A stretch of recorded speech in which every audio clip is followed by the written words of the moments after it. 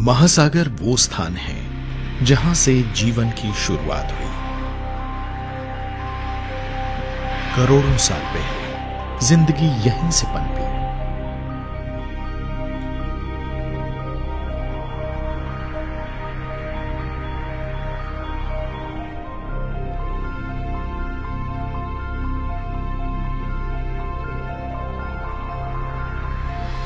हमारे ग्रह के लगभग 3/4 हिस्से को समुद्र ढके हुए हैं। पृथ्वी पर पर्यावरणीय संतुलन बनाए रखने में महासागर एक बहुत ही महत्वपूर्ण भूमिका निभाते हैं। ये हमारे वायुमंडल से जहरीली गैस कार्बन डाइऑक्साइड को सोखते हैं और जिंदगी देने वाली ऑक्सीजन प्रदान करते हैं, जो इस पृथ्वी को जीवंत बनाए रखती है। ये गतिशील चक्र पृथ्वी पर एक संतुलन बनाए रखने में मदद भी करता रहा है और लाखों करोड़ों साल से समस्त जीवन को कायम भी रखता आया है। लेकिन पिछले 3 दशकों के दौरान ये नाजुक संतुलन कार्बन डाइऑक्साइड की बेहिसाब मात्रा के कारण गड़बड़ा गया है।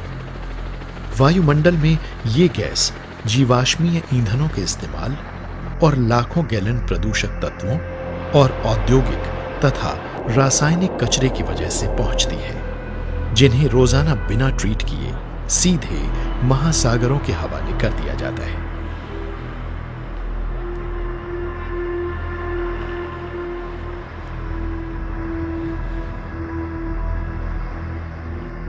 समुद्रों को पूरी दुनिया में कचरा डालने वाली जगह बनाया जा रहा है और वो अम्लीय होते जा रहे हैं। वायुमंडल में हद से ज्यादा कार्बन की वजह से ग्लोबल वार्मिंग हो रही है और समुद्र के तापमान में वृद्धि के कारण मछलियों की आबादियों और कोरल के लिए गंभीर खतरा पैदा हो गया है। जब भी प्रदूषण होगा, खास तौर पर वो उसका इम्पैक्ट या परिणाम वो पीएच में पड़ता है या ऑक्सीजन लेवल में पड़ता है। खास तौर पर कुछ इम्पैक्ट्स इसमें कोरल्स में देखने में आया है। उसको कोरल एसिडिफिकेशन बोलते हैं, जिसकी वजह से कोरल का ऊपर भाग जो है वो थोड़ा अफेक्ट होते जाता है। भारत के पश्चिमी हिस्से में अरब सागर मौजूद है। इसके दक्षिण में हिंद महासागर है और पूर्व में बंगाल की खाड़ी। भारत की तटरेखा 8000 किलोमीटर से ज्यादा लंबी है। हजारों समुदाय और मछुआरों के गांव इन्हीं तटीय इलाकों के आसपास बसे हैं और अपनी रोजी के लिए इन महासागरों पर सीधे तौर पर निर्भर हैं। महासागर आहार का एक समृद्ध स्रोत रहे हैं। ये पूरी दुनिया के लाखों करोड़ों लोगों को प्रोटीन युक्त आहार मुहैया कराते हैं। हर साल समुद्रों से 8 करोड़ टन से ज्यादा मछलियां पकड़ी जाती हैं। लेकिन पिछले 2 दशकों के दौरान पकड़ी जाने वाली इन मछलियों की तादाद में कमी देखी जा रही है। हद से ज्यादा मछली पकड़े जाने के कारण दुनिया का यह सबसे मूल्यवान प्राकृतिक संसाधन खत्म होता जा रहा है। पहले जहां मछलियां पकड़ने वाले ट्रॉलर एक दिन में 1 टन मछलियां पकड़ लिया करते थे, अब उन्हें कुछ 100 किलो मछलियों के साथ ही लौटना पड़ता है और कभी-कभी तो उन्हें कई दिन मछली पकड़ने के बाद इतनी मछलियां मिल पाती हैं। इन घटते संसाधनों के लिए कई कारण जिम्मेदार हैं, जैसे कि हद से ज्यादा मछली पकड़ना, गैर कानूनी जाल का इस्तेमाल, बढ़ती इंसानी आबादी और हमारे महासागरों का प्रदूषित होना। पूरी दुनिया में ही मछलियों की कई प्रजातियां गायब होती जा रही हैं, जैसे कि कॉड, ब्लूफिन टूना, ग्रुपर और शार्क्स की कई प्रजातियां।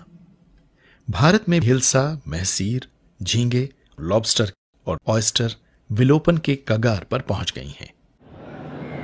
गैर कानूनी जालों के इस्तेमाल को लेकर गहरी चिंता पैदा हो रही है। इन जालों में बहुत छोटे छोटे सुराख होते हैं, जिस कारण इनमें कम उम्र की मछलियां भी फंस जाती हैं।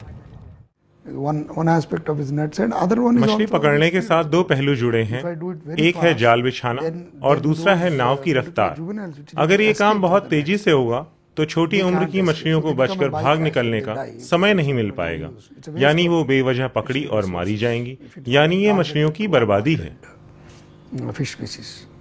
मछलियों को सतह पर लाने के लिए नदियों और महासागरों में डायनामाइट का इस्तेमाल भी किया जा रहा है। इन विस्फोटकों के असर से कोरल रीफ और नदियों की तलहटी तबाह हो जाती है, जहां अधिकतर मछलियां रहती हैं, और यहीं पर मछलियों की हजारों प्रजातियां पलती भी हैं। मैनग्रोव मछलियों के पालन पोषण वाली जगह हैं और कई स्थानों पर इनका सफाया भी बड़ी चिंताजनक रफ्तार से हो रहा है। इससे पूरी तटरेखा के आसपास ही मछलियों की आबादी प्रभावित हो रही है। कुछ समुदाय ऐसे रासायनिक पाउडर इस्तेमाल करते हैं जिनसे मछलियों को पानी से ऑक्सीजन नहीं मिल पाती। इस कारण मछलियों और समुद्री पौधों की मौत हो जाती है।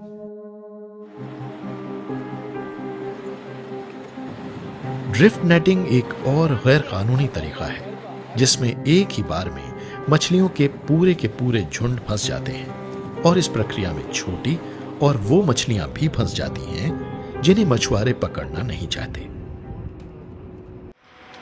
मॉनसून में प्रजनन के मौसम के दौरान मछलियों को गैर कानूनी तरीके से पकड़ा जाना गंभीर चिंता की बात भी है और एक अपराध भी। प्रजनन के मौसम के दौरान मछली पकड़ने पर रोक से मछलियों को प्रजनन करने, पनपने और अपनी तादाद बढ़ाने का मौका मिलता है। मछली पकड़ने के जालों के सिलसिले में कुछ नियम मौजूद हैं। मछली पकड़ने के जाल में सुराखों का आकार 1 × 1 इंच होना चाहिए, लेकिन ऐसे जाल भी इस्तेमाल किए जाते हैं जिनमें सुराख लगभग होते ही नहीं। मैकेनाइज्ड नेट वाले ट्रॉलरों में ये सफेद से जीवों का जो विशाल ढेर नजर आ रहा है, ये हैं लाखों ऐसी छोटी छोटी मछलियां जो गैर कानूनी जालों के चंगुल में फंस जाती हैं। हर बोट में इनकी करीब 2.5 टन मात्रा होती है, जिन्हें खाया नहीं जा सकता, मगर इससे मछलियों की तादाद बढ़ने में, उनकी आबादी बढ़ने में भारी बाधा आती है। इन मछलियों से मुर्गे मुर्गियों का चारा और गुलाब के लिए खाद बना दी जाती है। हजारों ट्रॉलर रोजाना इसी तरह मछलियां पकड़ते हैं। ट्रैश फिशिंग चिंता का एक और विषय है। इसमें मछुआरे अपनी पहले पकड़ी गई मछलियों को ज्यादा फायदा देने वाली मछलियों के लिए समुद्र में फेंक देते हैं। ऐसी मछलियों में रिबन फिश शामिल है, जिनकी कारोबारी कीमत कम होती है। मछुआरों को अगर ज्यादा कीमत वाले झींगों या पॉम्फ्रेट का झुंड नजर आ जाता है तो वो कम कीमत की इन मछलियों को समुद्र के हवाले कर देते हैं। समुद्र से ताल्लुक रखने वाली रुपहले रंग की कटिबंधी मछली को भारत, बांग्लादेश और बंगाल में बड़े चाव से खाया जाता है, लेकिन वो भी गायब होती जा रही है। ये बांग्लादेश का एल्सा, ये 1200 रुपए किलो है। अगर आपको कलकत्ता वाला चाहिए, कलकत्ता वाला है नहीं अभी, वो छोटा होता है 500 ग्राम 600 ग्राम। ये बांग्लादेश का है, ये 1 किलो 100 ग्राम का 1200 रुपए किलो। और कलकत्ता वाला उड़ीसा बालेश्वर का एल्सा होता है 500 600 700 ग्राम का, वो 800 850 रुपए किलो होता है। कुछ दशक पहले तक हिल्सा काफी तादाद में मिलती थी, लेकिन हद से ज्यादा पकड़े जाने के कारण अब ये मछली विलोपन की तरफ बढ़ रही है। छोटी उम्र की मछलियां पकड़ लिए जाने के कारण हिल्सा की आबादी प्रभावित हुई है। भारतीय जलराशियों में शार्कों की 70 प्रजातियां मिलती हैं। कई प्रजातियां आज विलोपन के कगार तक पहुंच गई हैं। हर साल भारत के जल क्षेत्र में करीब 7 करोड़ शार्क मारी जाती हैं। शार्कों को उनके फिन्स के कारण मारा जाता है। शार्क के फिन काट डाले जाते हैं और शार्क को फिर से समुद्र में फेंक दिया जाता है।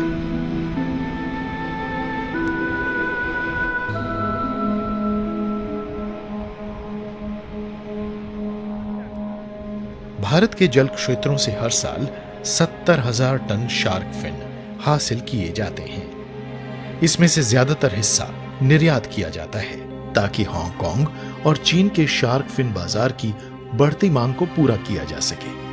इसे शार्क फिन सूप की शक्ल में इस्तेमाल किया जाता है और ये वहां बहुत ही लजीज माना जाता है।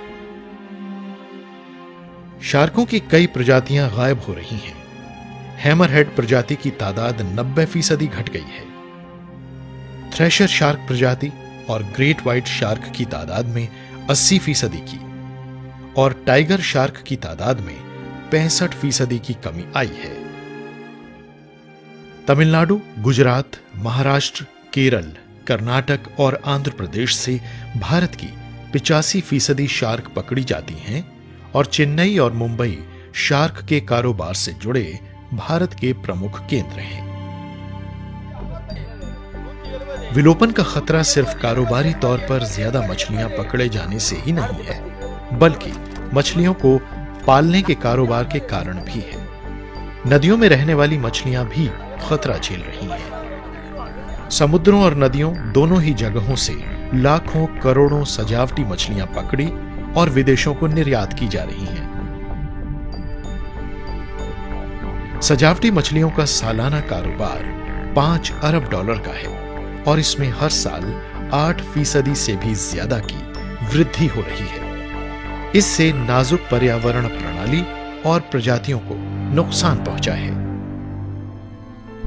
पश्चिमी घाट के आसपास सजावटी मछलियों की करीब 30 प्रजातियां आज खतरे से घिरी मानी जा रही हैं और IUCN के मुताबिक इनमें से 15 के सामने तो गंभीर खतरा मंडरा रहा है। इन मछलियों को पकड़ने के लिए जो तरीके अपनाए जा रहे हैं उनसे कोरल रीफ और समुद्र की तली को कभी ठीक न होने वाला नुकसान होता है।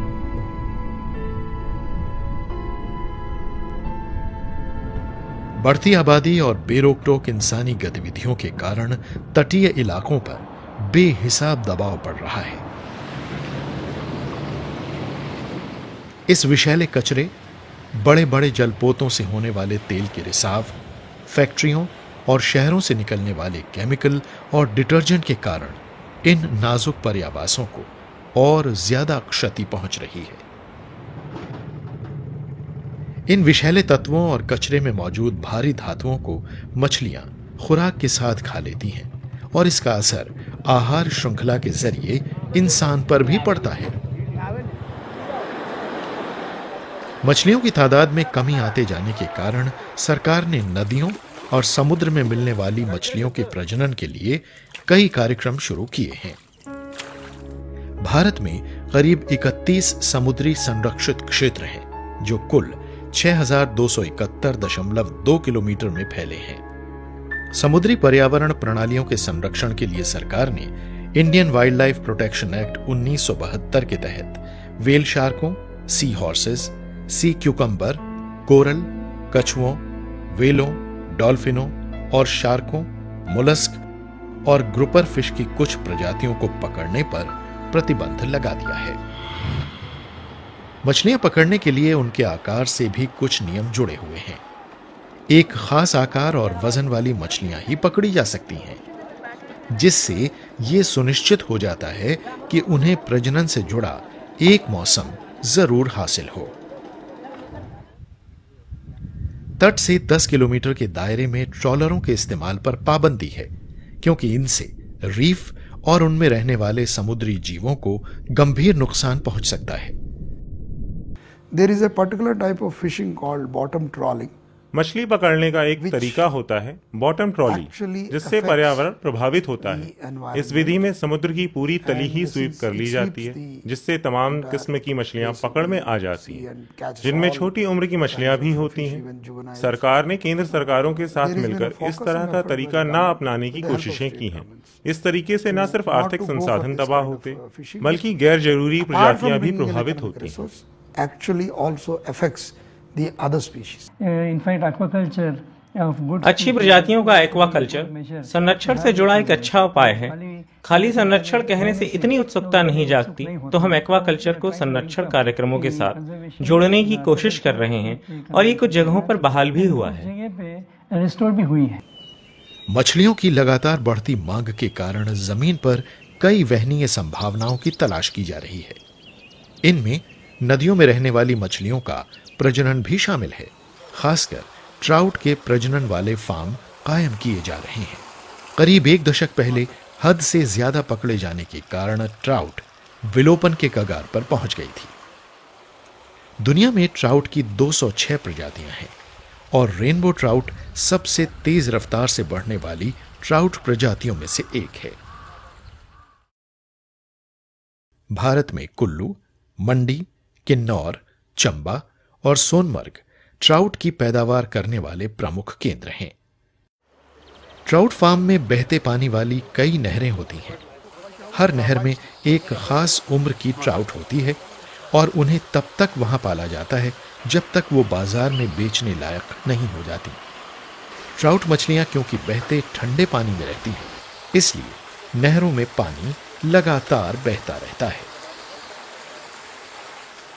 ट्राउट मछलियों को कीड़े मकोड़े, ड्रैगन फ्लाई, जोंक और मच्छरों के लार्वा खिलाए जाते हैं। अंडे से पूरी तरह वयस्क बनने में किसी ट्राउट को 3 से 4 साल का वक्त लगता है।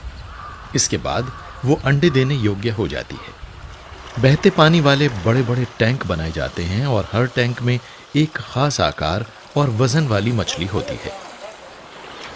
जब ट्राउट का वजन 150 से 300 ग्राम के बीच हो जाता है और वो प्रजनन का अपना एक चक्र पूरा कर लेती है, तो उसे फार्म से निकालकर बाजार में बेच दिया जाता है। ट्राउट फार्मों से यह सुनिश्चित हो पाया है कि आजीविका के वहनीय स्रोत को सुनिश्चित करने के साथ साथ ये आम आदमी को भी उपलब्ध हो सके।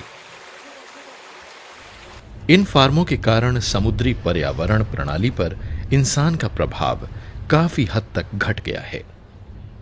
सरकार, वैज्ञानिक शोधकर्ता और संरक्षणवादी समुद्री जीव जंतुओं और पर्यावरण प्रणालियों को बचाने में मदद के लिए अपनी तरफ से पूरी कोशिश कर रहे हैं,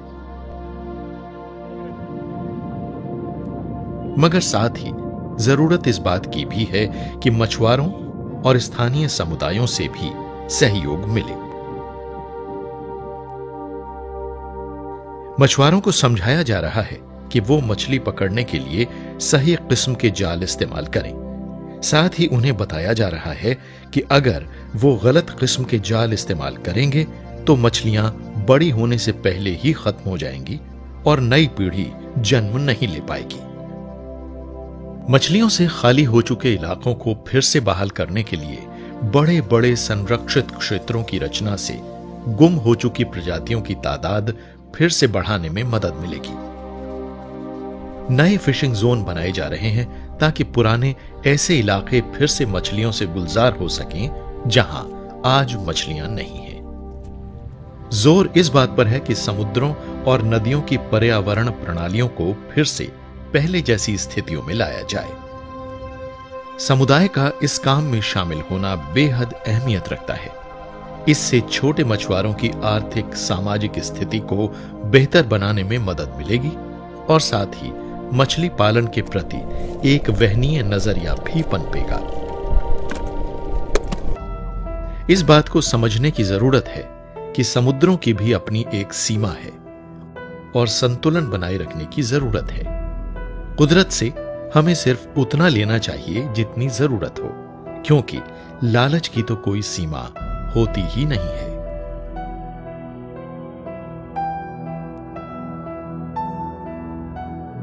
सिर्फ इसी तरह से हमें एक ऐसा भविष्य मिलेगा जो वहनीय होगा।